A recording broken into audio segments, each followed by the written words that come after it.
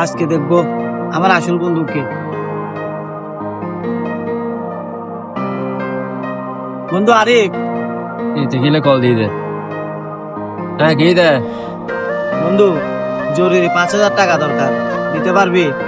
এখন তো না পারি, তুই পরে কল দে। দেখি ফয়সালের একটা ফোন দি। দোস্ত কই তুই? একটা প্রবলেমে পড়ছি।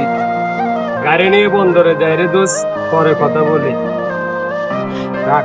স্বাগতের একটা ফোন দিয়ে দেখি।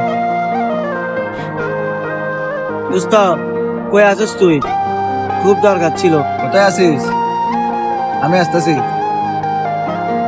ওকে বন্ধু, কি হয়েছে? তাড়াহুড়া করে ডাকছে যে আমাকে?